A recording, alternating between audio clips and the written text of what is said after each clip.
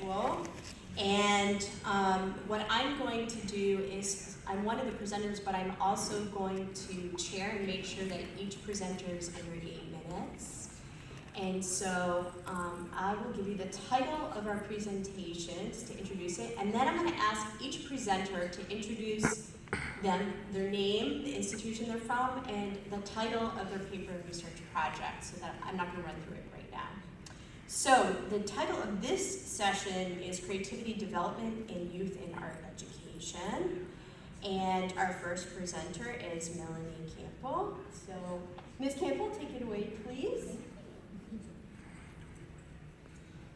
Hello everyone, my name is Melanie Campbell, and I am from the University of Northern Colorado, and today I will be presenting my study, The Effect of an Introduction of a New Educational Model on Perceived Musical Abilities. So the purpose of this study is to see if there is a correlation between a performer's mental state and the outcome of his or her perceived performance, execution, and connection with the music. If a performer is introduced to tools such as articles, videos, tips, encouragement before starting his or her session, does it make an immediate and measurable improvement? So I have actually created this model, and it is based off of Maslow's hierarchy of needs. It's called Maslow for Musicians, and it draws from many different theories from positive and humanistic psychology, including Maslow's hierarchy of needs, flow, mindset, and B.J. Fogg's baby steps. And the purpose of this model is to create an optimal performance or practice environment to encourage peak experiences and promote musical confidence and self-efficacy. So this is the first homepage of the model. As you can see, it's an online tool at this point in time that is self-directed, and you can see that at the top there is each different level of the hierarchy, and you go from the bottom, of course, and work your way up. So for example, we go to the first level of the hierarchy, physiological needs, and you can see that on this page of the level, you can see what this level actually has as far as information, what it means for the hierarchy, and it also has a different little Quizlet at the bottom to help you identify needs that need to be met in order to move on to the next level. And it also includes a motivational video as well. For those struggling to fulfill those needs, I have also included the tips for fulfilling page at the bottom of the page to be able to have these resources to be able to fulfill those needs and move on to the next level of the hierarchy. So the study, our population was 13. It was quite small, but the results were quite amazing. They were graduate and undergraduate music students from UNC in the performing and visual arts. The duration of the study was 5 days, although they were asked to train within the model for 4 of the 5 days, with day 1 as the baseline. They were asked to answer surveys after their chosen practice session for that day, immediately afterwards, and reflect upon their perception of the model in correspondence to their actual perceived performance within the practice session. So one of the questions from the survey was, how confident do you feel about your performance post-practice session or lesson? So according to the chart, very few people were very confident, but mostly mixed feelings, not as confident, and fairly confident on day 1 with baseline without the use of the model. Day 3, 42% said fairly confident, and mixed feelings about 50%, and by day 5, it was 54% fairly confident and 31% very confident. So as you can see, the confidence level has increased quite significantly.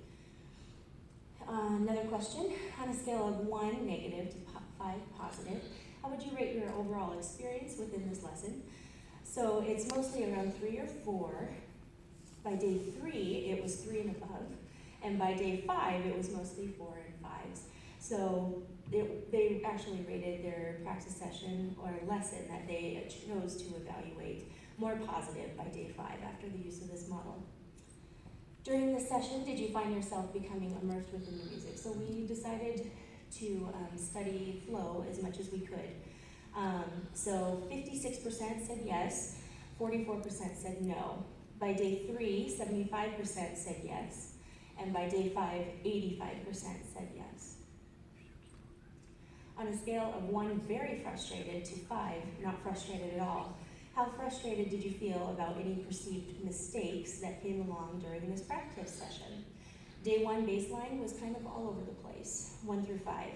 By day 3, it was somewhat split, but by day 5, it was 3 and above. I felt emotionally and mentally fulfilled with my performance overall during this practice session or lesson. 56% said no on day 1 without the use of the model. By day 3, it was about half and half. And by day 5, it was 92% of our participants that said yes, they were emotionally and mentally fulfilled by the practice session that they had chosen. Now, I also decided to see if there was a correlation between the level of the hierarchy that they had achieved during this 5-day process and the answer to the questions that we had asked them. So by day 3, it was mostly level 1 through 3. Only 8% got to level 4 esteem, but mostly they were on the bottom level of the hierarchy. But by day 5, most people were level 3 and above, which was quite amazing, I think. Okay, so then we also asked them 2 different questions at the end of the study. Post-training within Maslow for musicians. Do you feel like this model had helped strengthen your practice routine and overall feelings of your personal musicianship? And overall, I am happy with my performance progress over the past 5 days. And to both of these, 92% of our participants said yes. Looking forward, we are currently looking for a larger N, and that will be part of my dissertation research as well. It's going to be a much bigger N, and it's going to be a mixed method study as well. We're going to use more locations, including multi-campuses, to see if there are divisional differences between different schools, as well as varying types of musicians. So for this particular study, it was mostly pianists and singers of all genres. But we'd like to take a look at, violinists and, all sorts of different musicians, instrumentalists, and vocalists alike. So we're working towards creating an app as a goal tracker via smartphone, web, and tablet. So it'll work similar to Fitbit, and it'll be able to understand the user more individualistically.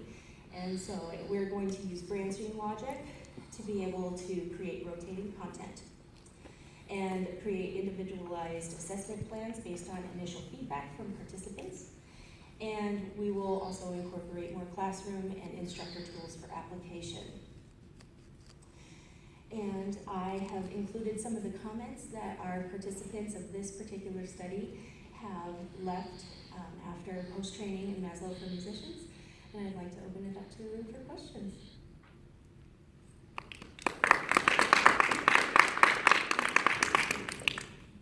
Yeah, so I'm just going to interject briefly. I think we're going to hold any questions or comments until after, so I apologize, Ms. Campbell, but we're just going to do that right now because we have the transition between the PowerPoints. No So problem. the next presenter, do you want to